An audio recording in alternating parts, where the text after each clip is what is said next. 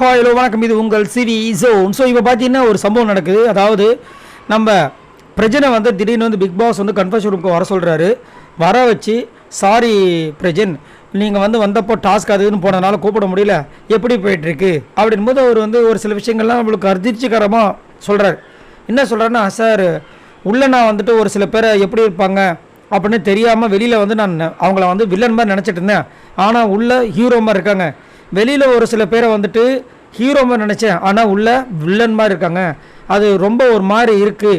அதே மாதிரி நான் ரொம்ப கஷ்டப்பட்டு வந்தவன், ரிலேஷன்ஷிப்பை வேல்யூ பண்ணுற ஆள், நியாயமாக இருப்பேன். ஏன்னா எங்கள் அப்பா போலீஸ், யாருக்கும் பயாஸ்டாக போக மாட்டேன்.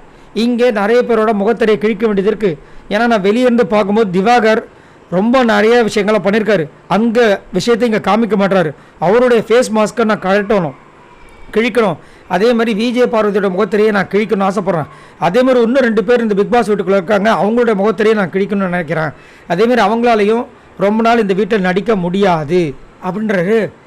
அது இன்னமும் ஃபைனல் அதை அனலைசைஸ் பண்ணுற மாதிரி பேசுகிறாரு. அப்படி பார்த்தா கூட வந்துட்டு பிக் பாஸ் என்னை மன்னிச்சிருங்க அப்படின்றாரு. எதுக்குப்பா அப்படின்னா, ஆக்சுவலாக இன்றைக்கி வந்துட்டு யார் பக்கம் நியாயம் இருக்குது, யாரோட பதவியை தூக்கணும்னு சொல்லும்போது எல்லாருமே திவ்யாவை தான் பண்ணாங்க. ஆக்சுவலாக அவங்க மேலே தான் தப்பு இருக்குது. நான் என்ன நினச்சேன்னா, எல்லாருமே ஒரே ஆளை கார்னர் பண்ணுறாங்கன்னு நினச்சிட்டு, அது மட்டும் இல்லாமல் திவ்யா தப்பு பண்ணியிருக்காங்க. ஆனால் அந்த தப்பு தூண்ட வச்சது யார், தப்பு தூண்டுனது யார்? விஜய் பார்வதி. அதனால தான் நான் விஜய் பார்வதி சொன்னேன், அதனால் தப்பாக நினச்சிக்காதீங்க அப்படின்றாரு.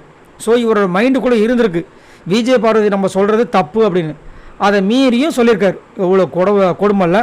ஏன்னா இதுதான் நம்ம நினைக்கிறோம். அதாவது ஒருத்தங்க வந்து அவங்க மைண்டில் என்ன இருக்கோ அதை வந்துட்டு நம்ம ஃப்ரெண்ட்ஷிப்பை மெயின்டைன் பண்ணோம், அந்த மாதிரிலாம் இல்லாமல் அவங்க மைண்டில் என்ன படிச்சோ அதை சொன்னாங்கன்னா இங்கே கேரக்டர் வந்து ஜெயிக்கும். இப்போ பார்த்தீங்களா, அவருக்கு உள்ளுக்குள்ளே உறுத்துது. அதை வந்து பிக் பாஸ்குள்ளே சொல்லி மன்னிப்பு கேட்குறாரு. என்ன பண்ணுறது?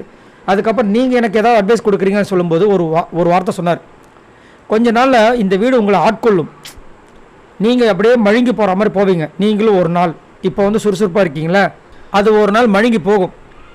அந்த டைம் நீங்கள் என்ன நினைக்கணும்னா, உள்ளே வரும்போது என்னெல்லாம் சிந்திச்சுட்டு வந்தீங்க, எவ்வளோ கஷ்டப்பட்டு உள்ளே வந்தீங்க, எப்படிலாம் இருக்கணும் உள்ளே வந்தீங்க, அதை மைண்டில் மட்டும் வச்சுக்கோங்க தயவு செஞ்சு அப்படின்ற மாதிரி சொன்னாப்புல.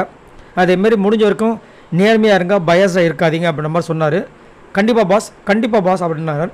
பார்க்கலாம் என்ன நடக்குதுன்னு. அது மட்டும் இல்லாமல் இது வரைக்கும் பார்த்தீங்கன்னா பயஸாக இல்லையான்னு கேட்டிங்கன்னா பயஸாக தான் இருக்கார். இதுக்கப்புறமாவது இருப்பாருன்ட்டு தெரியல. பிக் பாஸ் வேறு கூப்பிட்டு பேசியிருக்காரு. பார்க்கலாம். உங்களோட கருத்துக்களை சொல்லுங்கள். இந்த பிரச்சனை உங்களுக்கு பிடிக்குமா பிடிக்காதா? எனக்கு சுத்தமாக பிடிக்கல. பிடிச்ச ஒரு ஆளை பிடிக்கலன்னு சொல்லும்போது கஷ்டமாக இருக்குது. உங்களுக்கு என்ன தோணுதுன்ற சொல்லுங்கள். பாய் நண்பர்ல.